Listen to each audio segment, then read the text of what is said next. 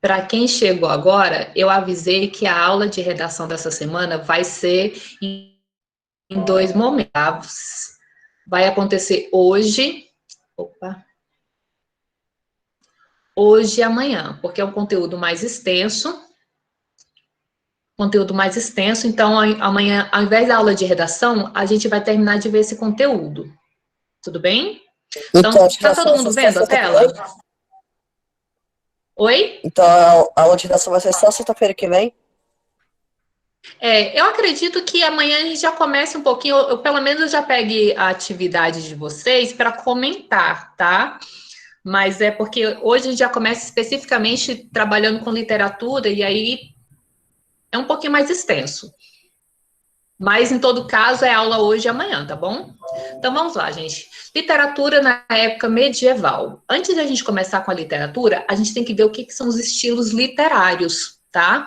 Então, estilo de época e estilo individual. O que é o estilo individual? É uma forma de escrita de cada escritor. É o estilo único de determinado escritor. Ou seja, a visão única que ele vai ter, a forma que ele vai colocar no papel, o modo como ele escreve, o modo de criação literária dele. Então, para quem já está no grupo de redação, sabe que eu já tenho um estilo literário. O meu estilo próprio literário, o meu estilo individual, é não escrever em primeira pessoa em texto dissertativo. É uma característica minha. Além disso, quando eu estou escrevendo, eu tendo a usar muito mais a linguagem denotativa do que a linguagem conotativa propriamente dita. Isso é um estilo individual meu. Então, cada autor tem um estilo individual. Mesmo que vários autores estejam na mesma época escrevendo sobre o mesmo assunto, cada um vai ter uma forma de escrever sobre esse assunto, um estilo específico sobre este assunto. Isso é o estilo pessoal, o estilo individual. Agora, já o estilo de época, não. São características comuns em obras de autores diferentes, mas contemporâneos, tá? Então, no estilo de época, nós vamos ver várias obras que vão apresentar características semelhantes de autores diferentes, porque essas obras vão retratar o que está acontecendo na sociedade daquela época. O modo, a cultura, o pensamento, a visão política, a visão social, a visão religiosa. Então, mesmo que sejam autores que têm estilos únicos, individuais, eles vão escrever obras diferentes, mas que vão ter essas mesmas características sociais. Isso é chamado estilo de época. É o estilo da escrita de uma determinada época.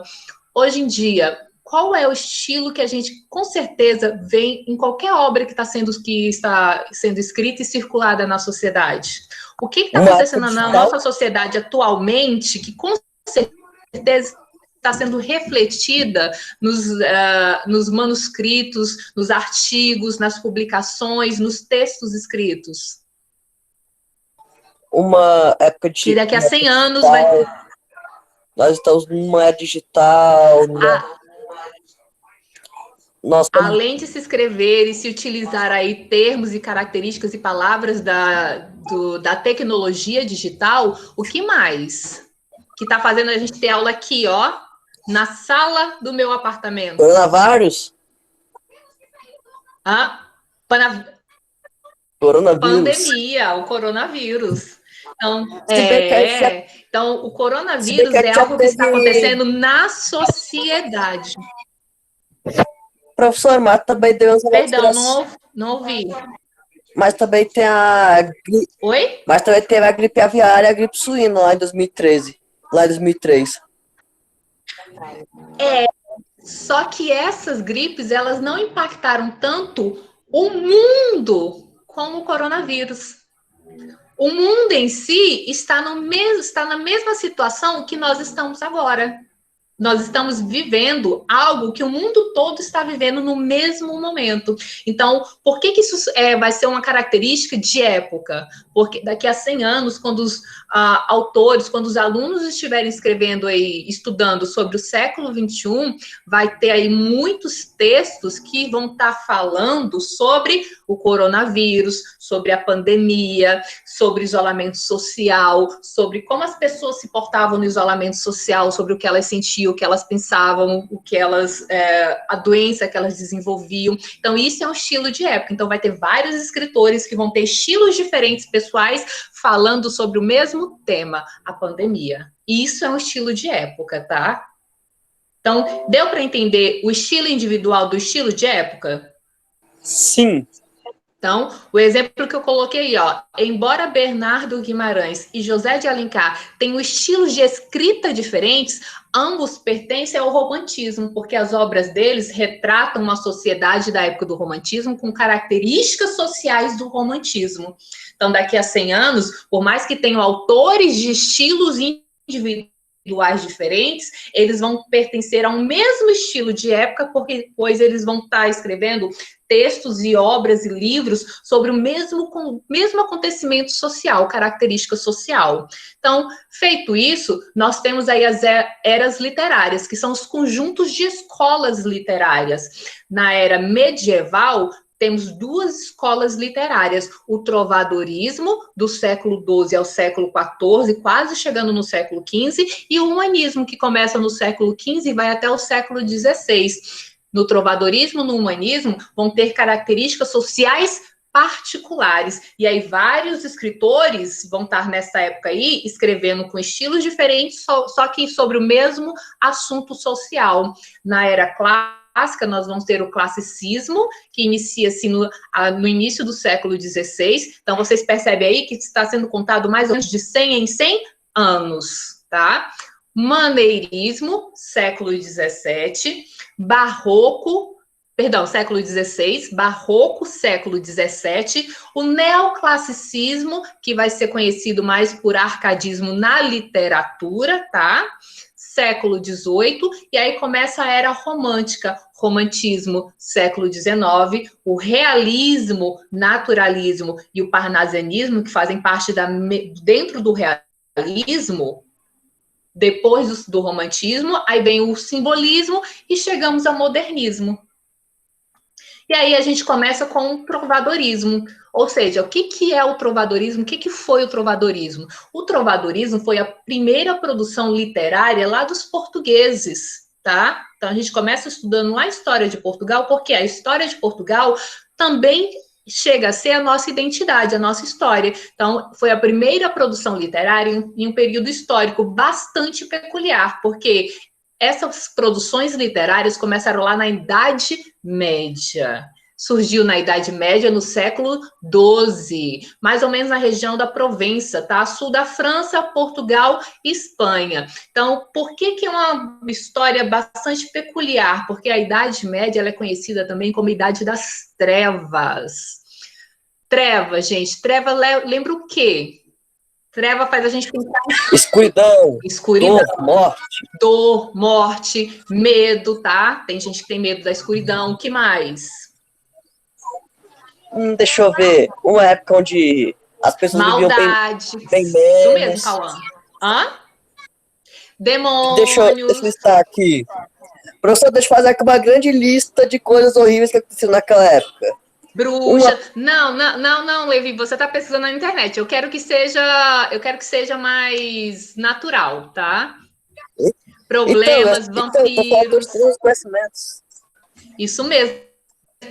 Perseguição das mulheres. Eu acho que vocês já viram esse conteúdo de história. Caça às bruxas. Caça às bruxas, isso mesmo. Já viram história, né? Então, poder unificar na igreja da igreja.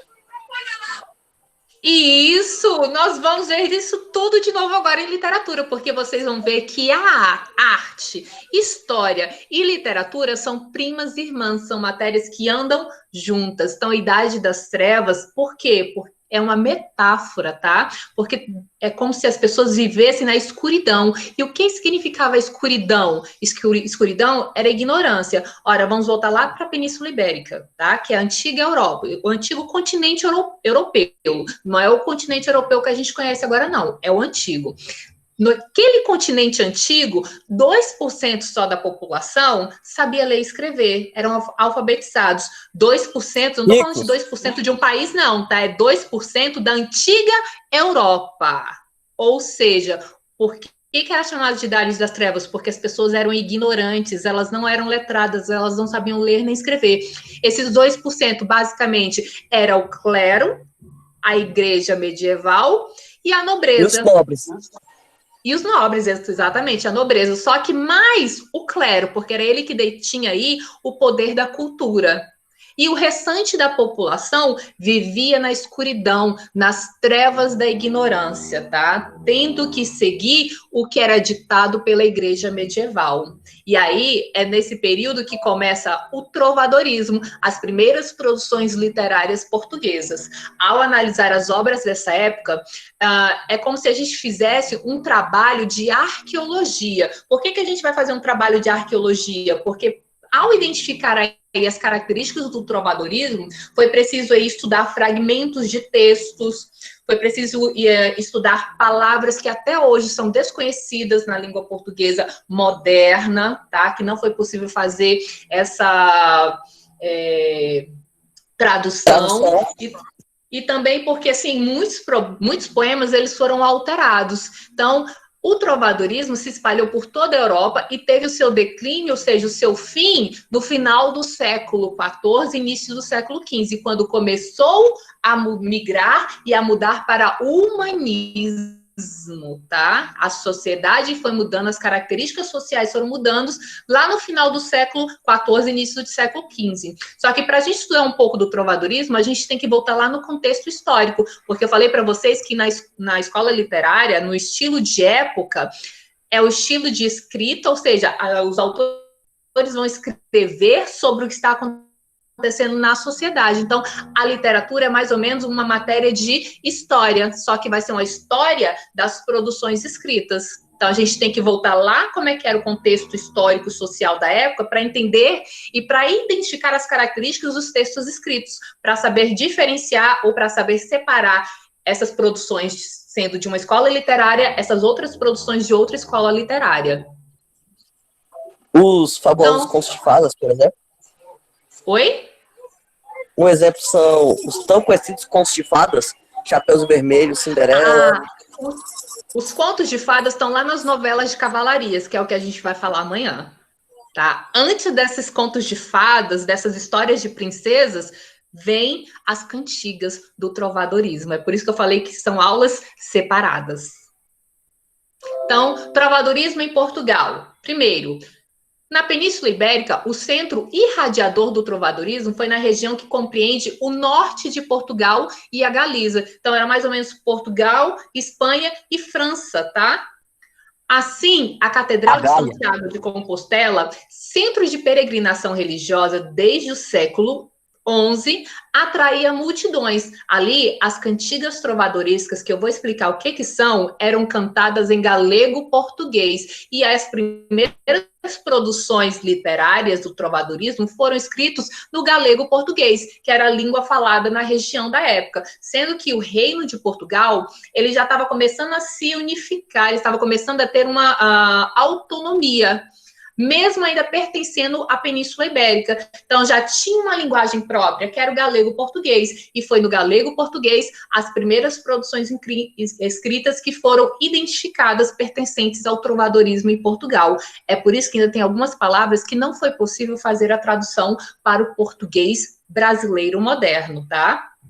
Os trovadores provençais eram considerados os melhores da época, e seu estilo foi imitado em toda parte.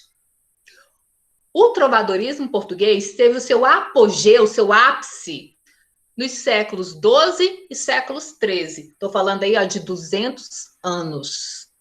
Entrando em declínio no final do século XIV, tá? Então, lá no finalzinho do século XIV, ele já foi perdendo um pouco as características e dando espaço a outra escola literária, a outro estilo de época.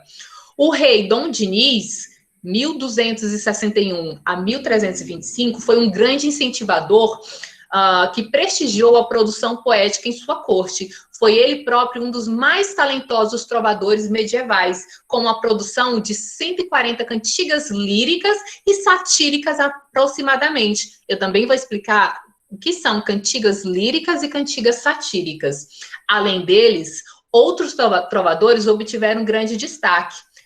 Paio Soares de Taveirós, João Soares Paiva, João Garcia de Guilharde e Martim Codax.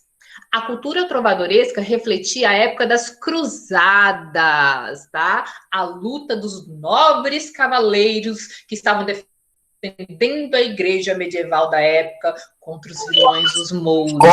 Contra os islâmicos. De vilão mesmo, né? Os islâmicos, ou seja, né, o cristianismo sempre contra o islamismo, aquela famosa guerra da luta contra os mouros, do feudalismo e do poder espiritual do clero. O clero aí, nessa época, só existia a Igreja Católica Medieval. Só que a Igreja Católica Medieval desta época não é a Igreja Católica que a gente conhece hoje em dia, não, tá? Ela é diferente. Tanto que eu prefiro o termo Igreja Medieval do que a Igreja Católica. Vocês começam a achar que é a Igreja de hoje em dia, e não é. Nós estamos falando também da origem do catolicismo, tá?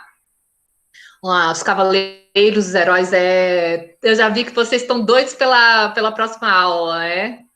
Mas vamos lá. Templários, cavaleiros teutônicos. Então, vamos entender como é que era a divisão da sociedade feudal da época. Nós tínhamos aí no topo da pirâmide os senhores feudais e o clero, aí vem depois a nobreza e guerreiros, e lá na base tem os servos. Só que vocês perceberam que de um lado tem o senhor feudal, embaixo o clero, mas do outro lado da pirâmide tem a imagem de Jesus Cristo, aí vem aí um sacerdote, e do outro lado vem os senhores feudais. Por quê? Porque nessa época aí, a igreja medieval, ela era ainda mais poderosa do que a nobreza, tá? Do que os nobres. A igreja tinha mais poder. Então, de fato, o clero ficava lá no topo. Abaixo do clero vinha os nobres. Por quê? Porque a igreja medieval era a representação de Deus na terra. E não existia ninguém mais poderoso e mais importante do que Deus. Então, a igreja medieval tinha que ficar no topo. Abaixo da igreja medieval vinham os nobres. Afinal, né? Lute por mim e será salvo. Morra, passar a de qualquer jeito. Não vá ser uma pequena. É o teocentrismo, isso mesmo. Por isso que a igreja medieval ficava lá no topo. E aí lá na base estavam quem? Nós, os servos, os vassalos. Quem eram os vassalos? Estrangeiros, camponeses, os comerciantes e os escravos ficavam lá na terra, sendo que nós estamos falando de uma sociedade do campo, tá? Não é uma sociedade de comércio, não. Era basicamente agricultura, era campo a cidade. Então, para a gente entender um pouquinho. Aqui a gente não está mais nos vikings, não, tá? A gente está falando mais agora de Portugal mesmo. Então, características. O período histórico em que surgiu o trovadorismo foi marcado por um sistema econômico e político chamado feudalismo. Então, o que é o feudalismo? É uma hierarquia rígida entre senhores feudais, que são conhecidos por suzeranos, e os vassalos. Ou seja, um deles vai ser o senhor feudal, que fazia a concessão de uma terra. O senhor feudal é um pertencente da nobreza, ele vai ter a terra. Do outro lado tem um indivíduo que é o vassalo, o camponês, aquele que vai trocar favores e serviços para poder viver na terra. Nessa hora, basta vocês lembrarem aí desses filmes de cavaleiros que tem aqueles castelos, aí no castelo... Pediu? Não pedi cola para o Walter, não, tá? É porque eu falei para vocês que história e literatura são primas irmãs. Então, pense nos castelos medievais. Tem lá o nobre, que é o dono da terra, e aí tem aqueles camponeses, aqueles pobres, os escravos, que trabalham em troca de pão e teto. Segurança. E ainda tem que pagar por imposto. E segurança. E o imposto que o senhor feudal cobrar. Tá? Não, eu vou mostrar para vocês que a minha aula é muito melhor do que a do Walter. Calma, tenham paciência que vocês vão saber o porquê, tá? Calma que não tá igualzinha, não. Vai ficar muito melhor. Muito melhor. Mas vamos lá. Então, no feudalismo, o sistema é suzeranos, os donos das terras, o senhor feudal, o nobre, e os vassalos, nós, pobres mortais. Os suzeranos, no regime feudal, prometia proteção ao vassalo como recompensa por certos serviços prestados. Um desses serviços era pagar imposto para viver na terra. Em relação de dependência entre suzerano e vassalo, era chamada de vassalagem. Então, o que é a vassalagem? É o mesmo que submissão. Relação de dependência em que um vai ser submetido a outro. Assim, o senhor feudal ou suzerano era quem detinha o poder, fazia concessão de uma porção de terra a um vassalo, encarregado de cultivá-la. Além da nobreza, que era a classe que pertencia aos suzeranos, e a classe dos vassalos ou dos servos, havia também a classe social mais importante da época, o clero. Bora parar para entender um pouquinho sobre o clero. Nessa época, o poder da igreja era bastante forte, tá? Visto que o clero possuía grandes extensões de terras, além de dedicar-se também à política. Clero, religião na política, será que tem alguma coisa semelhante com o que está acontecendo hoje em dia? Também acho que isso não combina. Religião e política... Professor, já assistiu aquela série do Last Kingdom? Não, ainda não. Assista. Aborda muito esse tema aí de religião e política juntos. Olha só, eu tô começando a sentir ciúmes de vocês ficarem aí elogiando o professor Walter, tá? Lembrando que aqui é aula de literatura. Eu quero ver ele mostrar para vocês um poema de 1200, tá bom? Mas vamos voltar lá. É porque as pessoas não gostam de ler os poemas, as pessoas gostam de ler as batalhas que ocorreram.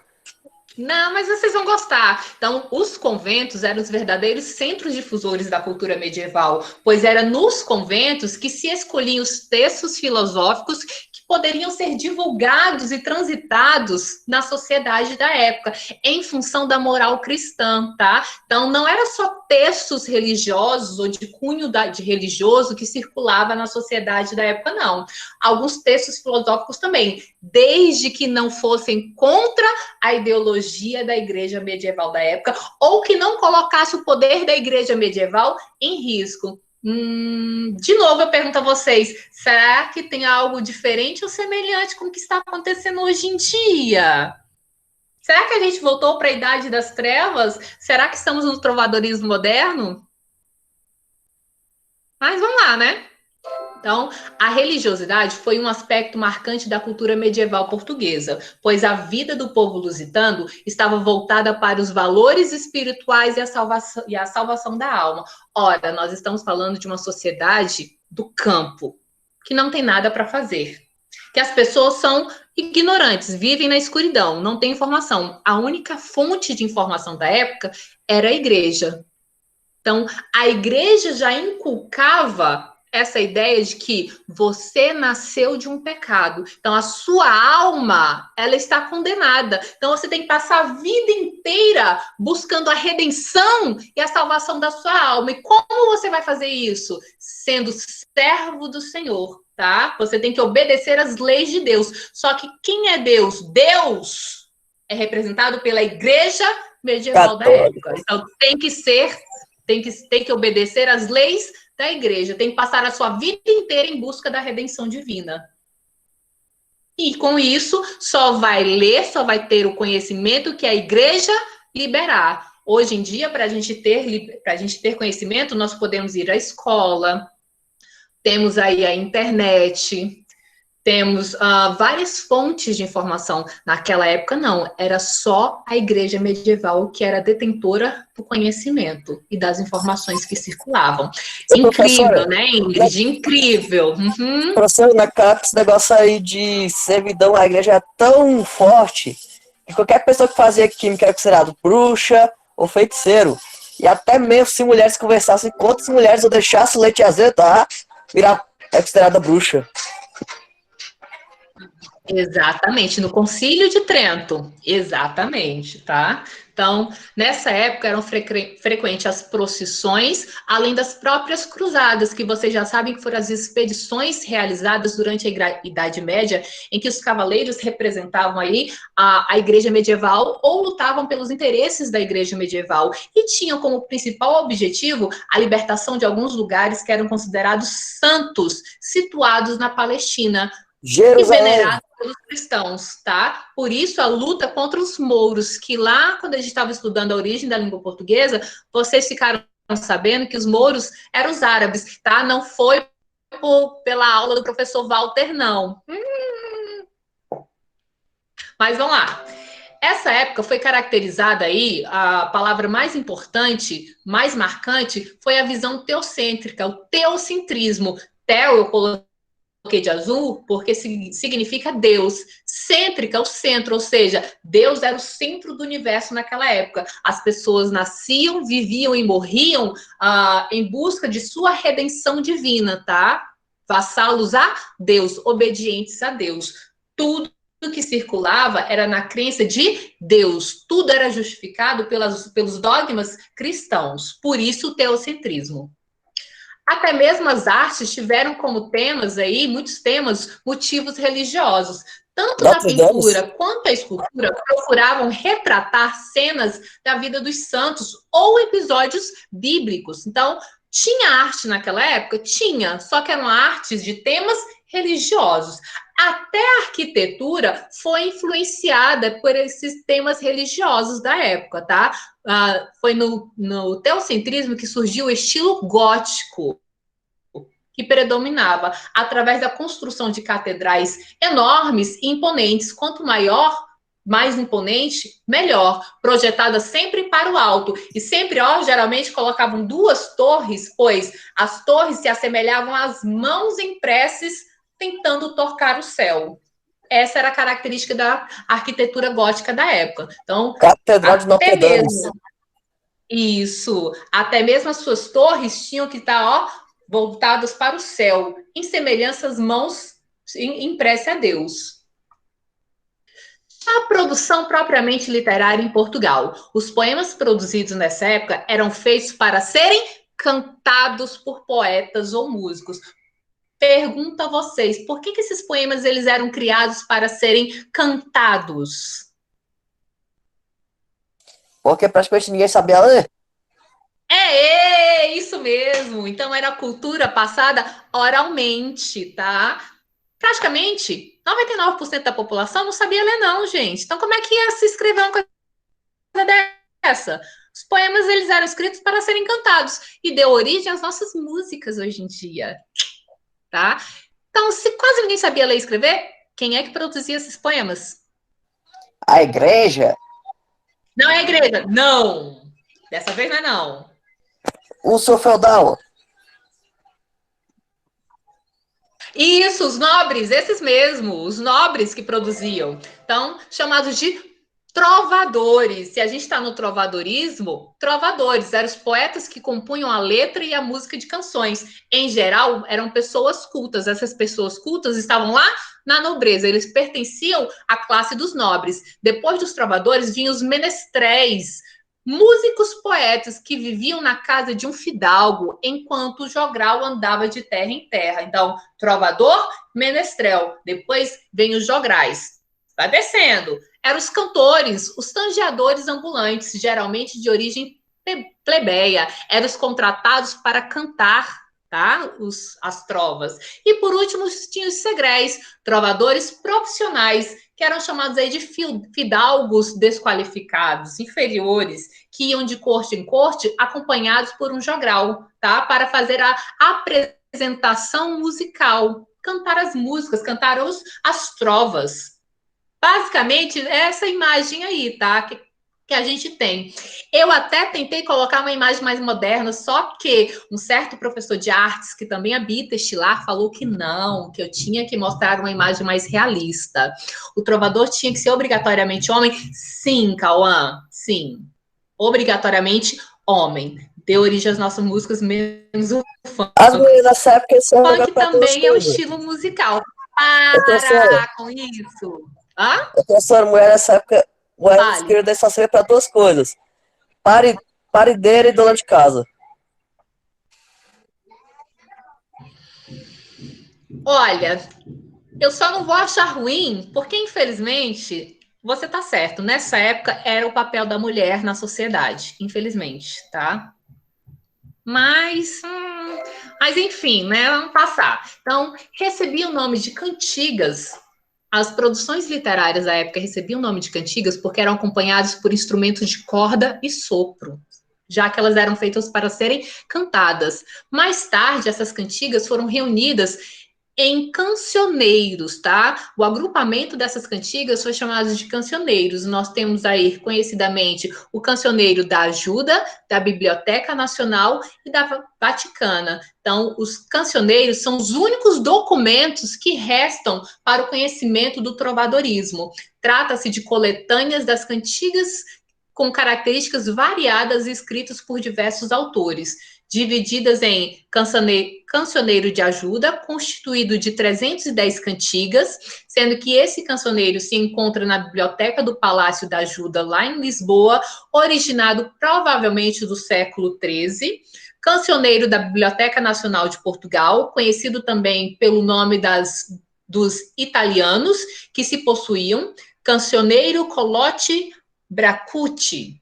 Esse cancioneiro, composto de 1.647 cantigas, foi compilado provavelmente no século XV, e o cancioneiro da Vaticana, originado provavelmente no século XV. Esse cancioneiro está na Biblioteca do Vaticano, composto de 1.205 cantigas. São as cantigas, são as produções literárias do trovadorismo português que se tem ainda hoje em dia.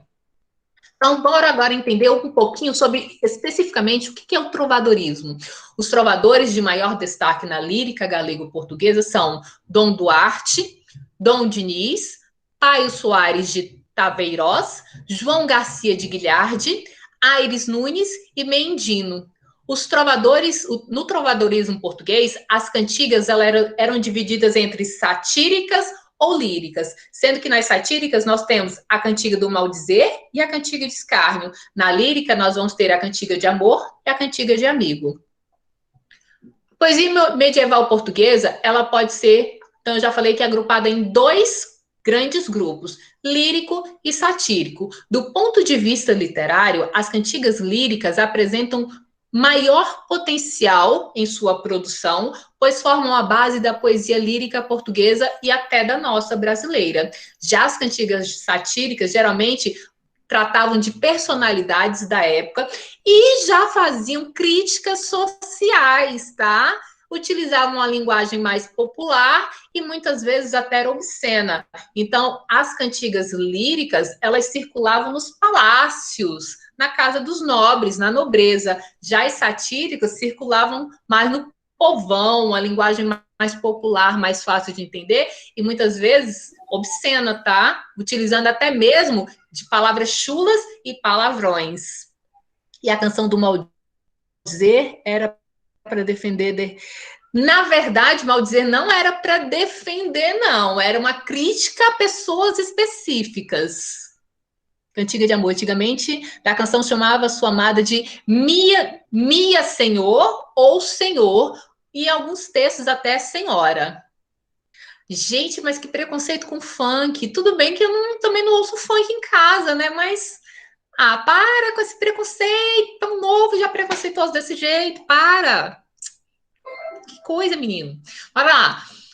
Características bem resumidas das cantigas. Cantiga de amor. O eu lírico, ele vai ser sempre masculino e vai declarar o seu amor por uma dama, só que vai ser um amor platônico, tá? Sempre um amor idealizado e nunca alcançado. As cantigas de amor, o eu lírico já vai ser feminino, com autoria masculina. Feminino, tá? Então, o eu lírico vai ser aí um poeta masculino que vai criar um eu lírico feminino. As cantigas de escárnio vai se caracterizar por um tipo de insulta, tá? Vai insultar uma pessoa de maneira sutil e indireta. E até cômica, ser diretamente para pessoas da nobreza ou comunidades rurais. Então, mesmo sendo aí uma crítica de maneira sutil e indireta a alguém, pelo contexto, vai ter como saber quem está sendo insultado. Já as cantigas de maldizer, não, tá? Vai insultar uma pessoa de forma direta, muitas vezes vai escrever o nome da pessoa, para ficar bem claro, criticando-a de uma forma verbal mais suntuosa, muitas vezes utilizando de palavrões de forma agressiva. Os poemas líricos têm como base expressar os sentimentos de um amor à mulher amada e idealizada, enquanto os poemas satíricos têm como base criticar alguém, uma instituição ou um lugar. Então, vamos para cantigas de amor propriamente dita. Vocês já sabem que o eu lírico sempre masculino. O assunto principal vai ser o sofrimento amoroso do eu lírico perante uma mulher idealizada e distante. Muitas vezes essa mulher idealizada, ela vai ser uma senhora casada, tá? Só que um amor cortês muito respeitoso. Então, o homem vai estar lá com aquele amor platônico e muitas vezes ele nem quer ser correspondido, ele só quer sofrer por esse amor. O amor vai ser sempre impossível. A Sofrência? ambientação aristocrática das cortes, sofrência. Eu odeio essa palavra, mas enfim. Meu Deus. Como é que sofrimento mudou, migrou, evoluiu, regredindo para a sofrência? Mas enfim, é a sofrência, tá? E uma ambientação aristocrática das cortes. E aí, dentro das cantigas de amor, vai surgir o termo vassalagem amorosa. Vassalagem, vocês já sabem. Quem são os vassalos? São os servos dos senhores feudais. Então, o Pobres. que é a vassalagem? Vassalagem é O ralé. A gente. subordinação. Não tem a ver com ralé. Vassalagem significa obediência cega, subordinação. Então, a vassalagem amorosa, porque o poeta ele vai ser completamente subordinado à dama amada, à mulher amada, tá? Ele vai ser submisso a ela. Ela vai ser muito mais importante do que ele. Isso é chamado vassalagem amorosa. É sofrer cegamente por amor. Amado, suzerano e um homem. Não entendi, Cauã. Amado e o suzerano e o homem e o vassalo. Eu não entendi, não. Tem que me explicar melhor. Liga o som aí e me fala o que é. A Eu mulher é o adoro quando vocês me suzerano deixam no vácuo. e o homem é o vassalo. Tá. Entendi. Na verdade, só dentro da cantiga de amor, tá? Aí sim, a mulher, ela vai assumir o papel de suzerano, porque ela vai ser o mais importante, e o homem, o poeta, ele vai assumir o papel de vassalo, ele vai estar subordinado a ela. Agora eu entendi, tá? Chamado de vassalagem amorosa.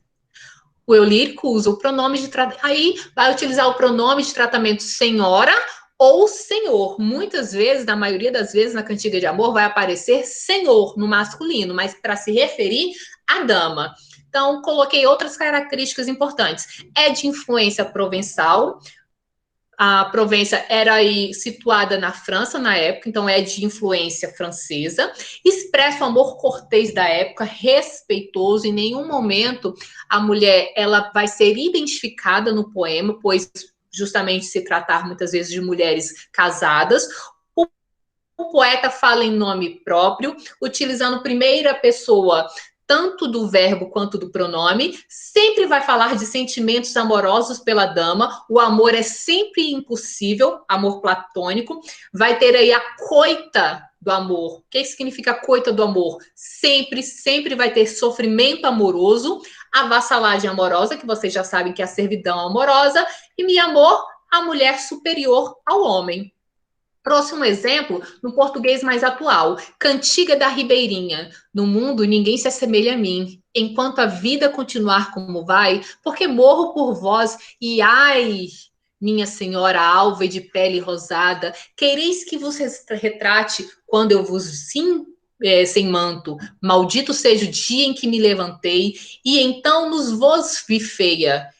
E minha senhora, desde aquele dia, ai, tudo me ocorre muito mal, e a vós, filha de Dom Pai Muniz, parece-vos bem que me presenteis com uma guarvada, pois eu, minha senhora, Como presente, nunca de vós receberá algo, mesmo que é de ínfimo valor. Então, ele está aí falando que ele vai morrer de amor por ela e vai morrer feliz, porque ela é o centro do universo dele. E nas cantigas de amor, geralmente, o poeta ele vai descrevendo características da senhora, tá? Então, a mulher aí é o centro da vida do homem que é apaixonado por ela e que, se for preciso, vai entregar tudo que ele tem de valor, inclusive a própria vida, por O ela. dote. Oh, que lindo! O nome disso é dote, professor. Na verdade, o dote naquela época era a mulher que pagava. Agora vamos ver aí no galego português. O título é um título adaptado, Meus Olhos. Estes meus olhos nunca perderam, Senhor, gran coita, metre eu vou flor, e direi-vos, fremosa-me, Senhor. Então, o Senhor, minha Senhor, é o vocativo para a Senhora. Destes meus olhos, e coita que chorem, cegam, quando alguém que vem, guisado tem, de nunca perder, meus olhos coita, e meu coração, e estas coitas, Senhora, minha som. Mas os meus olhos, por alguém ver, choram e cegam quando alguém nos não vê. E ora cegam por alguém que vem. E nunca já poderei haver bem, pois que amor já não quer nem quer Deus. Mas os cativos destes olhos meus morreram e cegam quando alguém não vem, e ora cegam por alguém que vem. Gran coita, grande paixão, desgosto, fremosa-me, Senhor, minha bela senhora. Então, olha aí as características próprias da cantiga de amor. A dama vai ser retratada por senhor ou senhora, vai estar descrevendo características da dama, fremosa-me, Senhor, fremosa, ou seja, formosa. Os verbos e os pronomes estarão em primeira pessoa, pois o eu lírico vai falar dos sentimentos dele. Estes meus olhos, tá? Guisado, meus olhos novamente. Vai ter também, já que a gente está falando em um período em que a igreja medieval vai influenciar toda uma população, vai ter também o tema religioso dentro do poema para a mulher amada. Percebi que tem algumas palavras com Y, sim. Tem algumas palavras com Y, sim. Era muito utilizado também nessa época. Então, dá para entender algumas palavras, outras já fica mais difícil de entender. Mas este é o português de antigamente, tá? O galego português. Agora, as cantigas de amigo. Enquanto nas cantigas de amor o eu lírico é um homem, nas de amigo o eu lírico vai ser uma mulher. Embora os escritores fossem homens. Gente, se a gente está falando de uma população analfabeta, em que 99% da população vivia na Lembrando que também era escuridão, apenas os para a mulher homens. era ainda pior, tá? Para a mulher era ainda pior. Se os homens não sabiam ler e escrever, a mulher muito menos, porque ela não foi feita para isso na época. Fazer o quê, professora? Ainda bem que estamos todos no século XXI, no Brasil. A gente podia estar melhor, né? Mas é um consolo para o que estava muito ruim. Mas, enfim, a palavra amigo vai ser muito utilizada nas cantigas de amigo, só que a palavra amigo ela vai ser utilizada para designar namorado. Então, significa namorado. E o tema principal vai ser a lamentação da mulher pela falta do namorado, porque nessa época era muito comum os cavaleiros saírem em suas cruzadas, em suas batalhas, e as mocinhas ficarem suspirando de amor, sem saber se o amado vai voltar bem ou vivo, ou para elas. Então elas ficavam lá se lamentando. Falava-se também muito do diálogo da mulher com a mãe, com a amiga ou com a natureza. Então, outras características importante é origem relacionada com a tradição popular na Península Ibérica. Então, as cantigas de amigo, elas já não eram tão famosas na corte. Na corte era mais as cantigas de amor. Elas já ficavam lá, ó, no povão. Os trovadores exprimiam os sentimentos que supunham ter as amadas ou que desejavam que elas tivessem por eles. Então, se nas cantigas de amor era o eu lírico sofrendo pela amada, agora nas cantigas de amigo eles colocavam a mulher sofrendo pelo namorado, pelo amigo, tá? Procura mostrar a mulher dialogando com sua mãe, com a amiga, com a natureza, sempre preocupada com um amigo, sendo que o amigo vai ser o namorado. Então, nas cantigas de amigo, muitas vezes a gente encontrava até mesmo o diálogo, tá? Dentro do poema tinha o diálogo, já que a mulher estava dialogando com sua mãe, com sua amiga ou com a natureza, preocupada, sofrendo aí ou desejando o amigo, o namorado. Exemplo, Ondas do Mar de Vigo. Ondas do Mar de Vigo, acaso viestes, meu amigo? Queira Deus que ele venha cedo. Ondas do mar agitado, acaso vistes meu namorado? Queira Deus que ele venha cedo. Acaso vistes meu amigo? Aquele por quem suspiro? Queira Deus que ele venha cedo. Acaso vistes meu amado? Porque tenho grande cuidado? Queira Deus que ele venha cedo. Ora, vamos identificar as principais características? Só o inverso. E que inverso é esse, Cauã? Vamos lá, características aí do Cantigas de Amigo. Começa a falar para mim.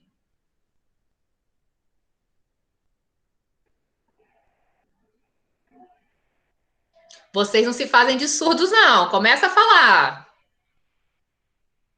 Então, vamos lá. Aqui já é alguém falando, tá? A gente já consegue perceber que alguém está falando. Este alguém está falando para quem, gente? Com quem que ele está dialogando? Um amigo. Com quem que este eu lírico está dialogando? Não. O amigo aí é um termo utilizado para representando namorado? Não. Vamos voltar. Eu não falei que procura mostrar a mulher dialogando com sua mãe, com uma amiga ou com a natureza, sempre preocupada com o amigo, que é o namorado? Com quem que o eu lírico está dialogando, está falando, Com a natureza? suplicando? Com as ondas do mar de Vigo. Essa é a representação, ó, da natureza, que ela dialoga com a natureza. Ondas do mar de Vigo. Acaso vistes meu amigo? Ora, ela está perguntando para as ondas do mar se viu seu namorado. Queira Deus que ele venha cedo. Ou seja, que ele retorne de sua batalha bem. E ela está suplicando a Deus, porque nós estamos num período teocêntrico. Deus é o centro. Então eu vou suplicar a ele. Amigo aí, o namorado, o amado, tá? Ondas de mar agitado, acaso vistes meu amado? Queira Deus que ele venha cedo. Acaso vistes meu amigo, aquele por quem suspiro? Então, a todo momento, ela está falando com as ondas do mar, com a natureza. Tá perguntando sobre o crush. Então, só para facilitar aí. Hã? Tá perguntando sobre o crush. É sobre o arroba. Eu descobri o arroba aí no série 6. Tá? Que descobri que crush também é arroba.